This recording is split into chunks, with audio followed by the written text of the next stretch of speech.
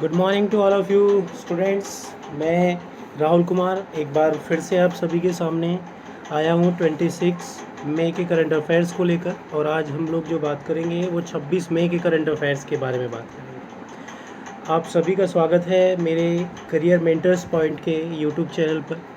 आप सभी ने अब तक मेरे इस यूट्यूब चैनल को सब्सक्राइब नहीं किया है तो पहले इसे सब्सक्राइब कर लीजिएगा और इसे शेयर और लाइक करना मत भूलिएगा फ्रेंड्स।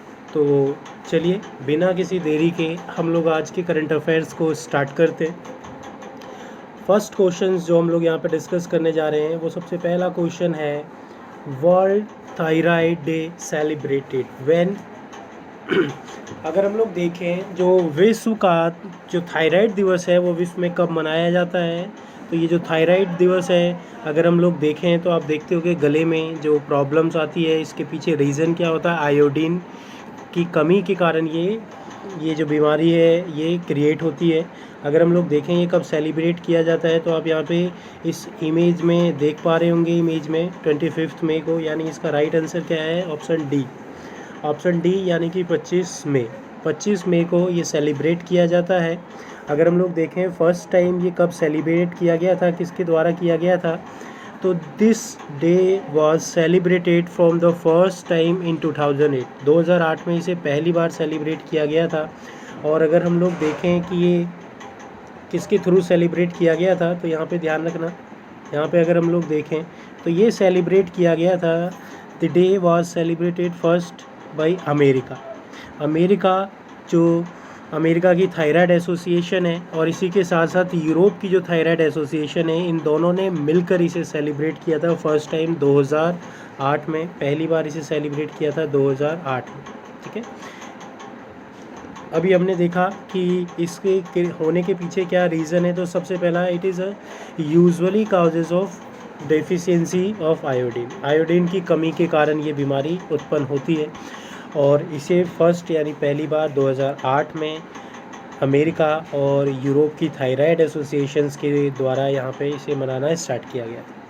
तो आप सभी को ये क्वेश्चंस समझ में आ गया होगा कि भाई 25 मई को हम क्या सेलिब्रेट करते हैं, कब से सेलिब्रेट करना हमने इसे स्टार्ट किया। इसी के साथ अब हम लोग आइए चलते दूसरे क्वेश्चंस की तरफ। दूसरे क्वेश्चंस की बात करें तो दूसरा क्वेश्चन जो है हमारे सामने, आपने भी हाल ही में सुना होगा कि जो बलवीर सिंह सीनियर जो हैं उनका निधन हो गया। वो कौन से खेल से रिलेट करते हैं, मतलब वो कौन से खेल से रिलेट करते हैं। ऑप्शन आपके सामने है, पहला क्रिकेट, हॉकी, टेनिस या बैडमिंटन। तो इसका जो राइट आंसर है वो है हॉकी। यानी कि ये जो बलवीर सिंह सीनियर हैं ये एक हॉकी प्लेयर थे जिनका 95 साल 95 ईयर्स की उम्र में हाल ही में अभी निधन हो गया। और अगर हम लोग देखें तो ये जो बलवीर सिंह सीनियर हैं ये पद्मश्री अवार्ड से सम्मानित हो चुके हैं। यानी कि इन्हें 1957 में पद्मश्री से सम्मानित किया गया था। और ये इकलौते ऐसे खिलाड़ी हैं जो कि 3 बार ओलंपिक गोल्ड मेडल जीत चुके हैं। फर्स्ट टाइम जो जीते थे 1948 में, सेकंड टाइम जो जीते थे 1952 में, और थर्ड टाइम जो जीते थे वो 1956 में। 3 बार ये गोल्ड मेडल जीत चुके हैं, 1948, 1952 और 1956 में। और अगर हम लोग बात करें ओलंपिक में गोल्ड जीतने वाली भारतीय टीम का, ये 3 बार हिस्सा रह चुके थे। और 1975 में एकमात्र विश्व कप जीतने वाली भारतीय टीम के मैनेजर थे ये। अगर हम लोग बात करें थर्ड क्वेश्चंस की तो ये क्वेश्चंस आपको समझ में आ गया होगा। दूसरा, एक बार हम लोग इस तीसरे क्वेश्चन को स्टार्ट करने से पहले एक बार मैं आप सब के साथ ये डिस्कस करना चाहता हूँ कि भाई ये जो मेरा चैनल है, यूट्यूब चैनल, भाई मैं आप लोगों के लिए इतनी मेहनत कर रहा हूँ तो मेरी मेहनत में कहीं ना कहीं आपको भी कंट्रीब्यूशन करना चाहिए। और आप लोगों का कंट्रीब्यूशन सिर्फ इतना होगा कि आप मेरी वीडियो को शेयर ज़रूर कीजिएगा। और शेयर के साथ साथ अगर आपने इसे अब तक सब्सक्राइब नहीं किया है तो इसे सब्सक्राइब भी कर लीजिएगा। ठीक है, तो हम लोग बात करते हैं हमारे आज के तीसरे क्वेश्चन की। तो अगर हम लोग देखें, हाल ही में विशेषज्ञों द्वारा वो कौन सी चाय है या जिसे दवा के रूप में इस्तेमाल करने की सलाह दी गई है, और ये स्पेशली कोरोना की दवा के रूप में बताया गया है। यानी कि कोरोना का जो है हाल ही में कोई इलाज नहीं मिला है अभी तक।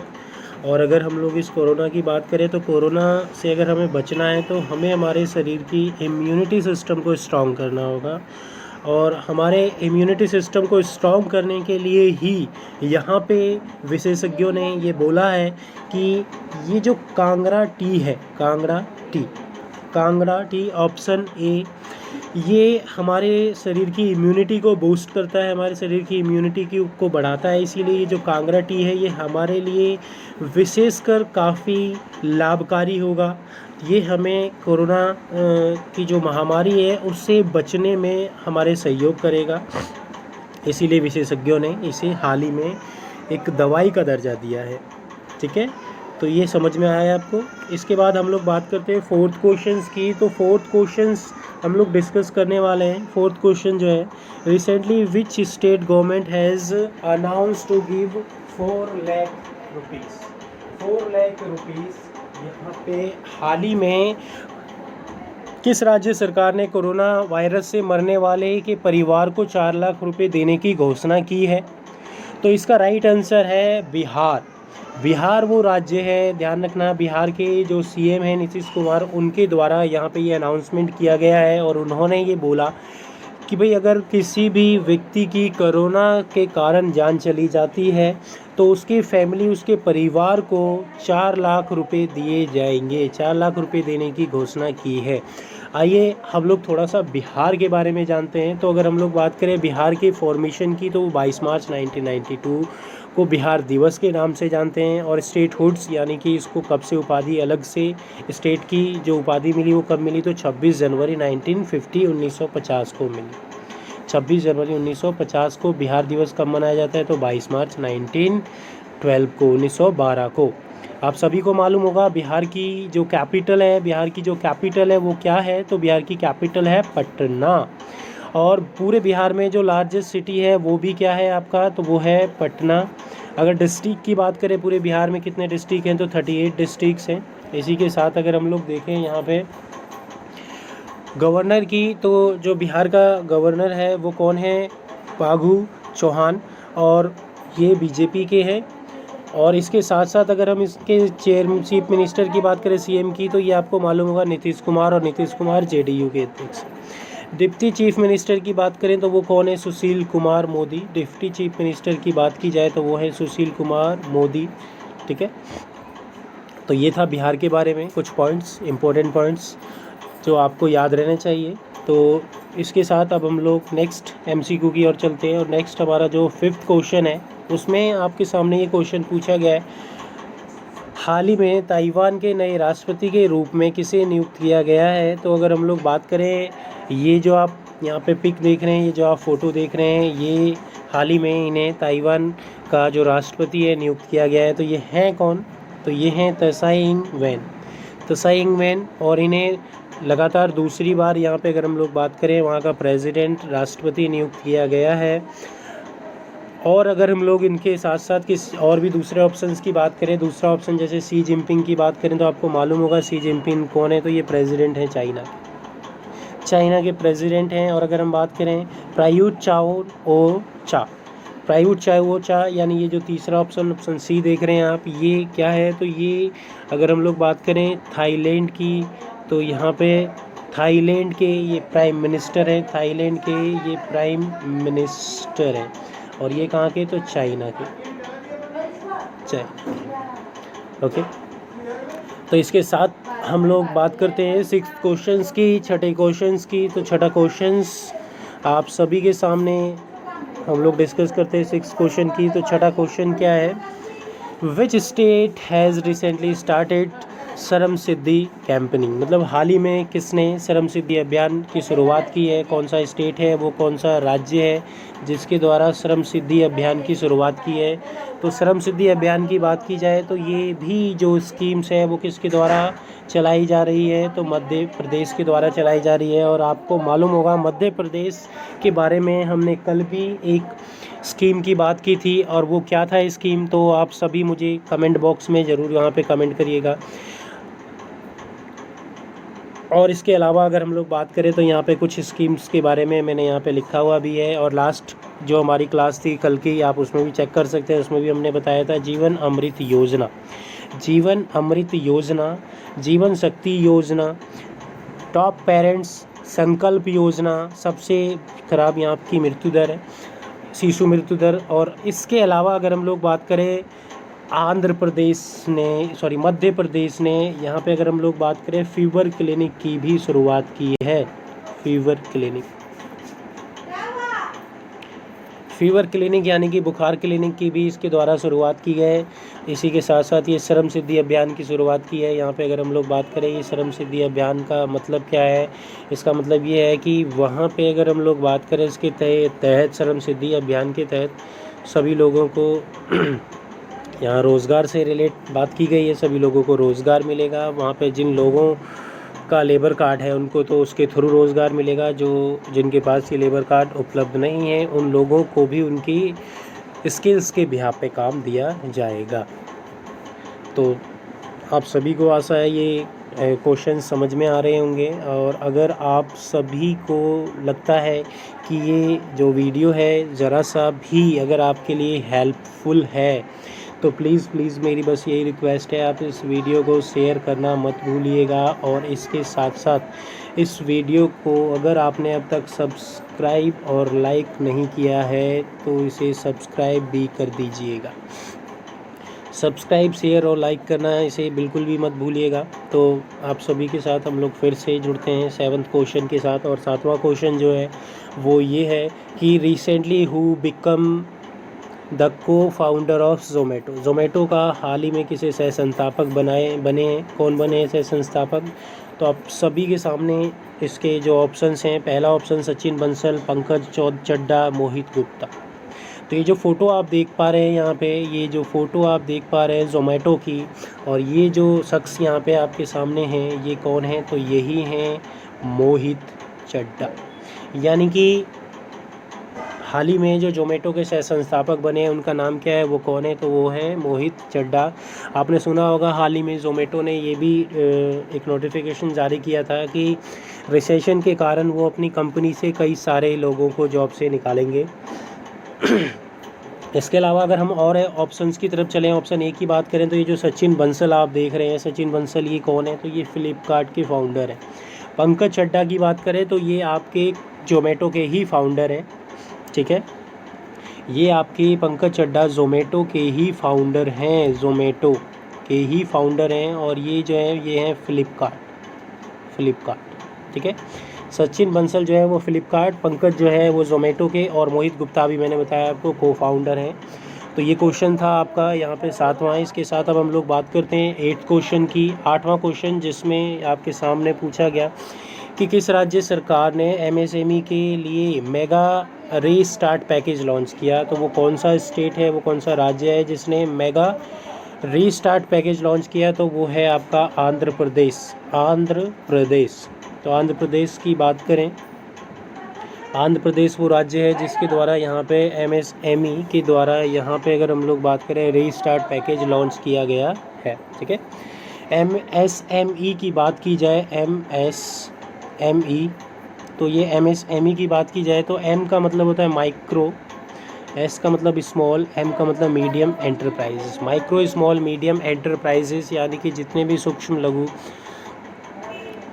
और मध्यम वर्ग के जितने भी उद्योग हैं उन सभी उद्योग के लिए यहाँ पे ये जो आंध्र प्रदेश सरकार है इसके द्वारा यहाँ पे मेगा रीस्टार्ट पैकेज लॉन्च किया है। और जिसके तहत अगर हम लोग बात करें यहाँ पे इन्होंने 450 करोड़ की पहली किस्त यहाँ पे भी दी है। MP ने, आंध्र प्रदेश ने 450 करोड़ की पहली किस्त यहाँ पे इंस्टॉलमेंट भरी है।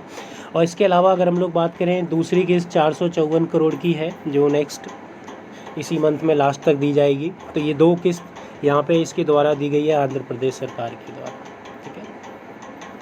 तो ये क्वेश्चन समझ में आया होगा। इसके साथ अब हम लोग बात करेंगे हमारे आज के 9th क्वेश्चन के बारे में। 9वां क्वेश्चन आप सभी के सामने, which state government has set up the of 500 crore of the construction of Amphan storm. अभी हाल ही में अगर हम लोग बात करें, मैंने जब 2 या 3 दिन पहले करंट अफेयर्स डिस्कस किए थे तो उसमें मैंने आपसे एक क्वेश्चन पूछा था कि वो कौन सा राज्य सरकार है जिसमें अम्फान तूफ़ान के बाद पुनर्निर्माण के लिए वहाँ पे 1000 करोड़ रुपए दिए गए।